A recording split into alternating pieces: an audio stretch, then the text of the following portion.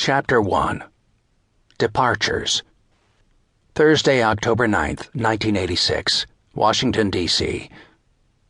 Ronald Reagan was beaming as he stood outside the White House on a beautiful Indian summer morning. He embraced his wife Nancy and then turned to acknowledge the greetings of the assorted members of Congress and his cabinet, who had come to wish him well and farewell. Attending a South Lawn departure ceremony was one of the perks of White House employment, and the small crowd of staff, interns, supporters, and friends applauded enthusiastically.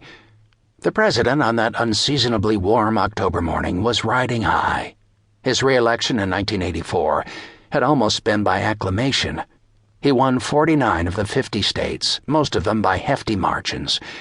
The economy, so dismal when he took office in 1981, had gone through a painful readjustment and emerged stronger, just as he said it would. Reaganomics, as he quipped, was no longer a dirty word.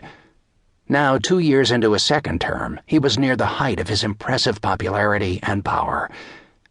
Having started to fix things at home, he was ready to take on the world. That morning he was headed to Iceland, of all places, to negotiate about nuclear weapons with Mikhail Gorbachev.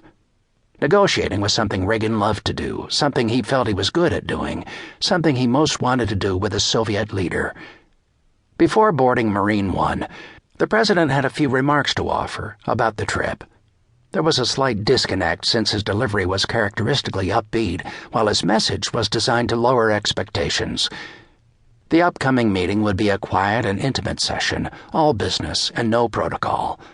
Reagan called it, "essentially a private meeting between the two of us.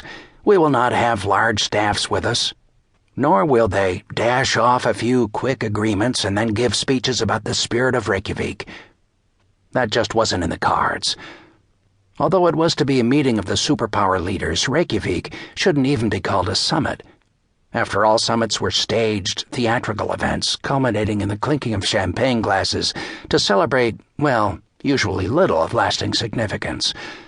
A real summit fulfilled what Franklin Roosevelt once told Charles de Gaulle, who needed no guidance on such matters. "In human affairs, the public must be offered a drama." But Reykjavik wasn't going to offer a drama. Rather, the president went on, this meeting would be a mere base camp leading to that full-scale summit he was looking toward in Washington, D.C. the following year. Just by chance, the president noted, he was leaving for Iceland on Leif Erikson Day, the day named for the mighty Viking explorer who had discovered America nearly 1,000 years before.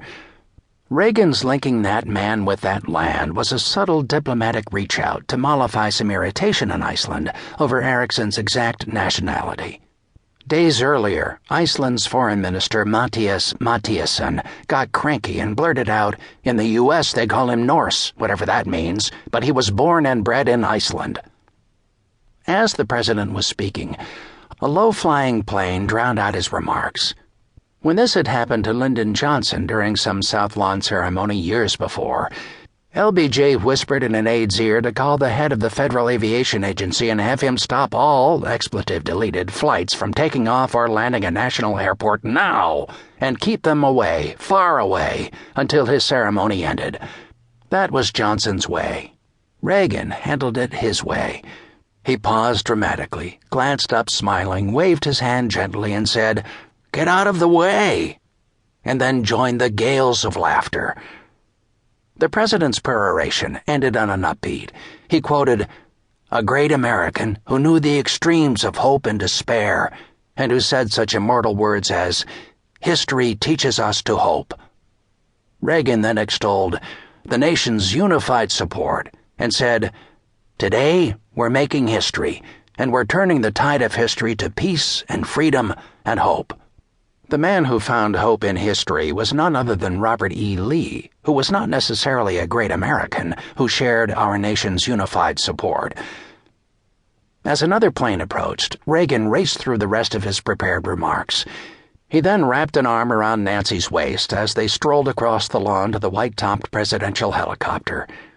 In an elegantly choreographed move, he hugged his wife with one arm, waved to the crowd with the other, bent down to bestow a farewell kiss, and completed the pivot with a crisp salute to the Marine saluting him at the helicopter steps, just before he boarded the khaki-green chopper.